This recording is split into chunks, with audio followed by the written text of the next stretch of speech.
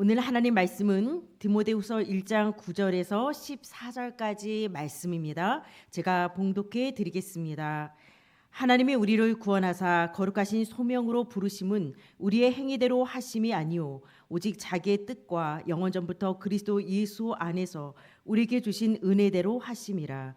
이제는 우리 구주 그리스도 예수의 나타나심으로 말미암아 나타났으니 그는 사망을 패하시고 복음으로써 생명과 썩지 아니할 것을 드러내신지라. 내가 이 복음을 위하여 선포자와 사도와 교사로 세우심을 입었노라. 이로 말미암아 내가 또 이 고난을 받되 부끄러워하지 아니함은 내가 믿는 자를 내가 알고 또한 내가 의탁한 것을 그날까지 그가 능히 지키실 줄을 확신함이라. 너는 그리스도 예수 안에 있는 믿음과 사랑으로서 내게 들은 바 바른 말을 본받아 지키고 우리 안에 거하시는 성령으로 말미암아 내게 부탁한 아름다운 것을 지키라. 아멘. 복음을 위한 부르심과 세우심이란 제목으로 생명의 말씀을 드립니다. 신앙생활은 하나님의 부르심과 세우심, 즉 바로 소명의식과 또 이 사명의식이 분명할 때 우리가 영적인 성장이 일어나고 또 문제와 사건 앞에 절대 흔들리지 않습니다. 그리고 생동감 있는 활력 있는 신앙생활을 할 수 있습니다. 사도 바울은 다메섹 도상에서 사실 누가 전도한 것이 아니라 직접 하나님의 부르심을 받았기 때문에 누구보다도 이 부르심의 소명의식이 굉장히 확실했습니다. 또 목회자로서 소명의식이 흔들리면 목회가 제대로 될 리가 없습니다. 그런 의미에서 본문은 사도 바울이 이 영적인 활력을 잃어버리고 연소하고 또 소심하고 유약했던 이 디모데에게 생동감 넘치는 삶을 살 수 있도록 다시금 권면하고 있는 그런 내용입니다. 또한 갈렙 역시 하나님이 함께 하심을 믿고 말씀을 온전히 쫓는 그야말로 이 소명과 사명의식이 투철했습니다. 그 결과 나이 상관없었습니다. 환경을 초월하는, 그래서 안악산지의 환경을 초월해서 헤브론 산지를 정복했던 것을 볼 수 있습니다. 올해 우리에게 주셨던 2025년 원단의 말씀, 그 땅을 우리에게 주시리라. 민수기 14장 8절의 말씀. 어느덧 우리가 벌써 전반전을 넘어섰습니다. 내게 주신 약속의 땅이 어디입니까? 바로 우리가 올해 붙잡았던 각 가정의 세 가지 기도 제목을 비롯해서 여러분들의 가정, 후대, 또 산업, 학업, 또 지역 현장이 우리에게 주신 약속의 땅입니다. 분명히 하나님께서 주신 약속의 땅은 우리가 차지해야 될 땅이고 또 승리의 깃발을 꼽아야 하는 땅이기 때문에 우리가 사실은 믿는다고 하면 그것이 반드시 믿음의 액션으로 나타날 때, 우리의 움직임이 있을 때 그런 믿음의 도전을 통하여서 바로 우리가 이 언약의 땅을 차지할 수 있는 것입니다. 아무쪼록 성도 여러분들이 오늘 이 본문 말씀을 가슴에 담고 분명히 하나님 나를 불러주시고 세워주심에 대한 분명한 이 은혜식을 붙잡고 약속의 땅을 차지하는 귀한 한 주간이 되시기를 주님의 이름으로 축복합니다. 첫 번째로 부르심의 은혜입니다. 오늘 9절에 보면 하나님께서 우리를 구원하사 거룩한 소명으로 부르신 것은 어느 날 우연히 또 나의 어떤 스펙, 자격, 기준이 아니라는 거죠. 우리의 행위나 소원으로 이루어진 것이 아니라 순간이 아니라 우연이 아니라 이미 창세 전에 영원 전에 이 세상의 기초가 놓이기 전부터 이미 계획된 하나님의 섭리라는 것입니다. 나와 의논하지 아니하시고 하나님께서 일방적인 뜻과 계획 속에 절대적인 주권 속에 여러분들을 불러주신 것입니다. 그래서 이 소명, 이 부르심이라는 것은 성경의 굉장히 핵심적인 주제 중에 한 가지입니다. 구약에 등장하는 수많은 인물들 또 선지자들을 보더라도 그들은 하나님의 소명에 순종으로 반응했던 것을 볼 수 있습니다. 우상을 만들었던 집안 출신인 아브라함, 이걸 보더라도 모세와 이사야, 예레미야를 비롯한 선지자들이 하나님의 소명을 반드시 경험했고 순종했던 것을 볼 수 있습니다. 하나님께서 에서는 미워하고 야곱은 사랑했다. 어쩌면 불공평한 것 같지만 사실 하나님이 이미 태중에서부터 결정하신 거거든요. 그것은 우리의 행위로 구원을 결정하지 않는다는 것을 극명하게 보여주고 있습니다. 신약의 인물들도 마찬가지로 갈릴리 출신의 제자들입니다. 세상 기준으로 따질 때는 흑수저거든요. 기준 미달입니다. 스펙도 부족합니다. 그럼에도 불구하고 하나님의 무조건적인 선택 속에 세상은 사부님을 찾아가죠. 그런데 오히려 예수님은 제자들을 찾아오셔서 선배를 하신 것입니다. 이처럼 소명은 구약과 신약과 교회의 역사에만 머무는 것이 아니라 이 시대를 살아가는 우리 성도님들에게도 그대로 적용이 되어지는 것입니다. 오늘 본문 10절은 특별히 복음의 핵심이 그대로 녹아있는 말씀입니다. 이제는 우리 구주 그리스도 예수의 나타나심으로 말미암아 나타났으니 그는 사망을 패하시고 복음으로써 생명과 썩지 아니할 것을 드러내신지라. 나타나심, 바로 예수 그리스도의 성육신을 의미하고 있습니다. 하나님의 본체이신 예수님이 사람의 몸을 입고 이 땅에 오신 것입니다. 우리 인간의 똑같이 눈높이를 맞춰서 우리를 위해 이 땅에 오셨고 우리의 모든 죄를 사하시기 위해서 십자가에 피 흘려 죽으신 것입니다. 그리고 사망을 패해버렸다는 것, 죽음이 더 이상 우리에게 두려움 대상이 아닙니다. 영생을 향해 나아가는 중요한 관문이 되어진 것입니다. 따라서 예수님의 부활, 사망을 패하시고 썩지 아니할 영원한 생명을 드러내심으로 우리에게 참 자유와 해방을 주시고 영생을 선물로 주신 것입니다. 이것이 바로 우리가 복음이고 이것을 믿는 자마다 구원을 얻게 되는 것입니다. 다른 목사님께서 어제 말씀하신 대로 복음주의 설교가 이 스토트 목사가 구원의 서정을 얘기했습니다. 점진적인 거, 칭의, 성화, 그리고 마지막 때 영화의 시간표까지 구원의 점진적인 변화를 우리에게 말씀해 주셨습니다. 이것은 로마서 8장 30절에도 그대로 나타나 있습니다. 또 미리 정하신 그들을 또한 부르시고 부르신 그들을 또한 의롭다 하시고 의롭다 하신 그들을 또한 영화롭다 하셨느니라. 따라서 이런 구원의 위대함, 그 은혜의 감격을 여러분 누리심으로 나를 살리고 또 현장을 변화시켜 나가는 그리스도의 제자 되시기를 주님의 이름으로 축복합니다.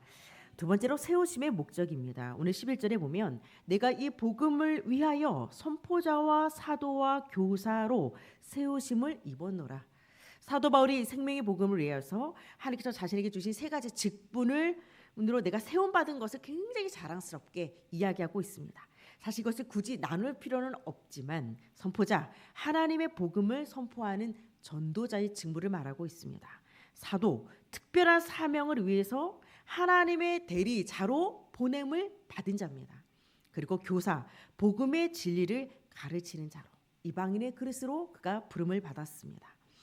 그래서 참고로 디모데전서 2장 7절에 보면 이를 위하여 내가 전파하는 자와 사도로 세움을 입은 것은 참말이 아니요 참말이요 거짓말이 아니니 믿음과 진리 안에서 내가 이방인의 스승이 되었노라. 이 안에 이미 선포자로 사도로 교사로 부름받은 이 귀한 직분들이 그대로 들어가 있습니다. 그렇다면 바울이 투옥돼 있고요. 지금 디모데가 굉장히 절망 가운데 힘이 빠져 있는 상태입니다. 그러나 이런 현실은 그들의 무능도 아니고 그들이 실패한 것도 아니라는 거죠. 하나님의 계획 안에 마땅히 일어날 일이었고 심지어 이것은 은혜였기 때문에 절대 부끄러워할 일이 아니라는 것입니다. 성도 여러분들에게 오는 문제 사건, 이것은 여러분들의 무능이나 실수 때문에 여러분들이 스스로 눌릴 필요가 없다는 거죠. 하나님의 절대 주권 속에 합력과의 하나님의 선을 이루실 것이고 여기서 여러분들이 다시 한번 분명한 콜링과 또 이 부르심과 세우심에 대한 이 사명을 발견해 버리면 끝나는 부분입니다. 바울은 예수 그리스도께서 나를 인도하시고 끝까지 책임져 준다는 그 확신을 갖고 있었기 때문에 옥중에 있어도 절대 부끄러워하지 않았습니다. 오히려 큰 확신 속에 기뻐할 수 있었던 것입니다.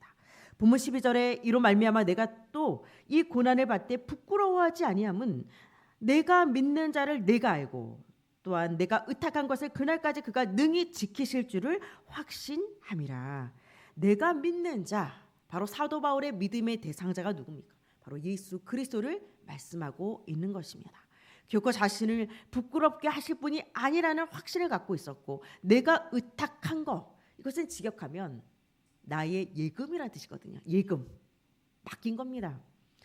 나의 의탁한 것, 이것이 이제 학자들은 두 가지 견해로 말하고 있는데 바울이 하나님께 맡긴 것, 나의 생명, 나의 이 구원의 문제, 이거 하나님께 맡긴 거죠. 그리고 반대로 하나님께서 바울에게 맡기신 이 십자가의 복음, 그 어떤 것으로 해석해도 다 맞죠. 우리에게 의탁하신 이 복음과 나의 생명, 이것을 우리가 주님께 맡겼기 때문에 끝까지 주님이 이것을 지켜주신다라는 확신이 있었다는 것입니다. 고난을 당해도 그리스도의 사랑에서 끊어낼 자가 없다라는 것입니다. 그래서 그는 로마서 8장 38절 39절에 내가 확신하노니 사망이나 생명이나 천사들이나 권세자들이나 현재 일이나 장래이나 능력이나 높음이나 깊음이나 다른 어떤 피조물이라도 우리 주 그리스도 예수 안에 있는 하나님의 사랑에서 끊을 수 없으리라 라는 믿음의 고백을 한 것입니다. 또 본문 13절에 너는 그리스도 예수 안에 있는 믿음과 사랑으로서 내게 들은 바 바른 말을 본받아 지키고 라고 말씀하고 있습니다. 바른 말, 그 당시 거짓 교사들의 잘못된 가르침을 염두해서 바른 말이라는 표현을 쓰고 있지만 이 바른 말은 바로 바울이 전한 예수 그리스도의 복음을 말하고 있습니다. 바른 말을 지키는 수단은 여러분의 의지도 아닙니다. 여러분들의 노력도 아닙니다. 바로 믿음과 사랑, 그리스도의 연합을 통해서 바로 이 믿음과 사랑으로 세우심의 사명을 감당하고 이 바른 말을 사수할 수 있는 것입니다. 그리고 본문 14절에 내게 부탁한 아름다운 것을 지켜라.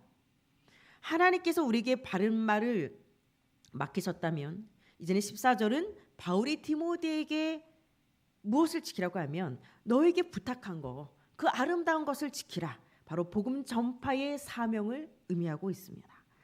여러분에게는 이 복음을 부탁할 사람이 있습니까? 바울은 자기 모습을 디모데가 그대로 본받기를 원했고 자신이 걸어왔던 그 길을 이제 정말 이 믿음의 아들 디모데가 이 길을 걸어가기를 원하고 있는 것입니다. 그래서 13절 14절에 끊임없이 지키라, 지킨다 라는 표현을 반복적으로 사용하고 있습니다. 잃어버리거나 손상되지 않도록 이 복음을 간직하고 빼앗기지 말라는 거거든요. 세상은요, 여러분 급변합니다. 우리가 변하는 것을 붙잡는 것은 참 미련하죠. 그러나 영원히 변하지 않는 것은 하나님의 말씀, 바로 이 복음밖에 없는 것입니다. 그래서 우리가 변질되지 않도록 이 복음을 사수하고 이 복음 전파의 사명을 지켜 나가야 되는 것입니다. 디모데는 마음속에 있는 두려움을 떨쳐버리고 담대하게 바울이 전한 복음을 선포하고 이것은 바울이 걸어간 그 길을 걸어가야 되는 그 사명이 있는 것입니다. 그것이 바로 우리의 다음 세대들이 그 길을 바로 따라가는 것입니다. 본문 15절에는 안타깝게도 바울을 배신하고 바울에게 상처를 남겼던 불명예스러운 이름으로 이제는 성경에 영원히 남겨진 이름이 나옵니다. 바로 부길로와 허모게네. 이들은 불신자들이 아닙니다. 이들도 복음을 알았던 자들이고요. 열렬히 이 사도 바울을 환영했던 자들입니다.